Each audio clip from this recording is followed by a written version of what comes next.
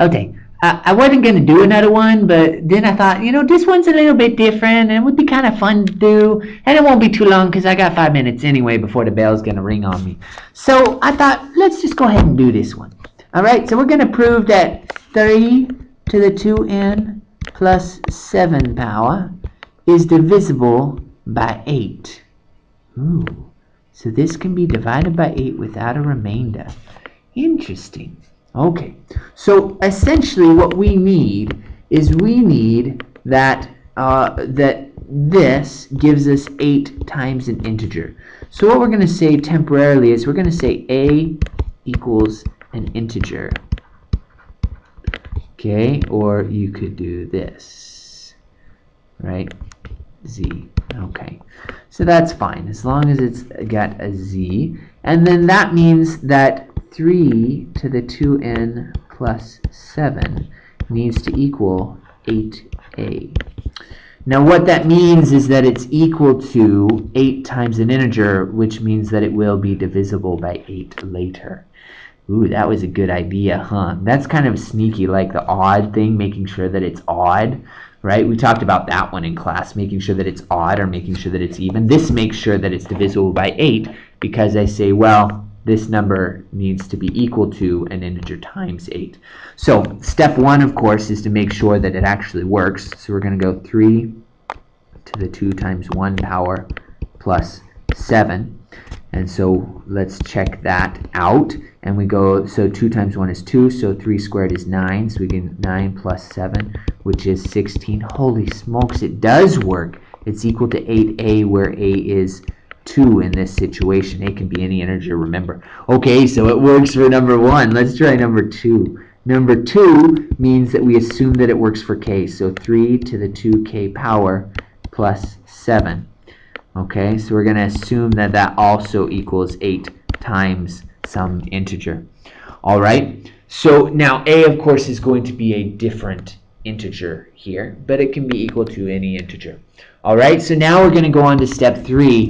Oh, I messed up my color stuff. I was color coordinating all these videos and I skipped red this time. Oh well, we'll go on. It's not the end of the world, believe it or not. So we'll just go 3 to the 2k plus 1, and we'll go plus 7. And we're trying to show that that is also equal to 8 times some integer. Now, this I don't actually want to use a again. I wrote a, but I don't really want to use a because this a probably won't be the same as that a. These two are less related. I don't have to use them inside of each other, but this one I'm going to need to do the substitution, remember? So I'm just going to put b there, where again b is equal to an integer. Okay, so I need to do 3 to the 2k plus 1. The way that I'm going to do this is I'm going to rewrite it. Remember in the last two, we had to do some substitution. This got substituted in there somehow. So what we're going to do is we're going to try to figure this out so that I can substitute this into that other function.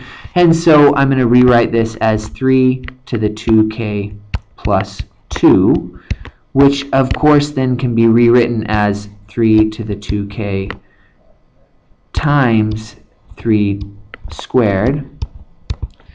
All right, so still going on here. There's my 3 to the 2k, right? And since 3 to the 2k is equal to 3 to the 2k, a little bit different this time. I'm going to take this 7 and subtract it to the other side, which gives me 8a minus 7. And so 3 to the 2k is equal to 8a minus 7, so I'm just going to go ahead and put that in for 3 to the 2k. Now you could probably have worked this out as well, just figuring out how to get that, but this way works too. All right, so this time I'm going to have 8a minus 7 times 3 squared, which is 9, plus 7 needs to equal 8 times some integer. Okay, so now I'm going to distribute the 9, which will give me 72a minus 63 plus 7 equals 8b, just like that. All right, then I'm going to put the constants together. So I'm going to add these two together. So I'm going to have 72a minus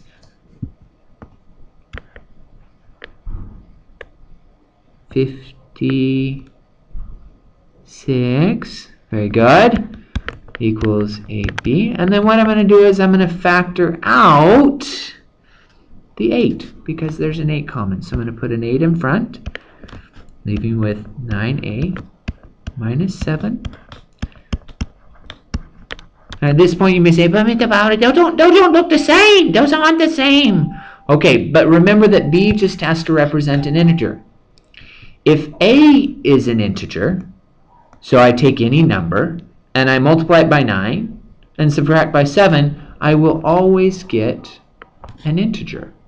And so therefore, the integer is right there. That is an integer. b is 9a minus 7. And so therefore, since I've shown that this can be an integer, then it will be an integer times 8, which means that this function will be divisible by 8. That was pretty cool, huh? Now, the other thing is I used n equals 1 here. You can use any n, right? You can use n equals 0 if you want. If you use n equals 0, you'll get 3 to the 2 times 0 plus 7, which of course will be 1 plus 7, which is 8, which again is divisible by 8. It doesn't matter what number you put there, as long as you show that one of the dominoes falls, one of the dominoes works. And then we go through the process to show that all the other dominoes work. And in the end, therefore, 3 to the 2n plus 7 is divisible by 8. Done!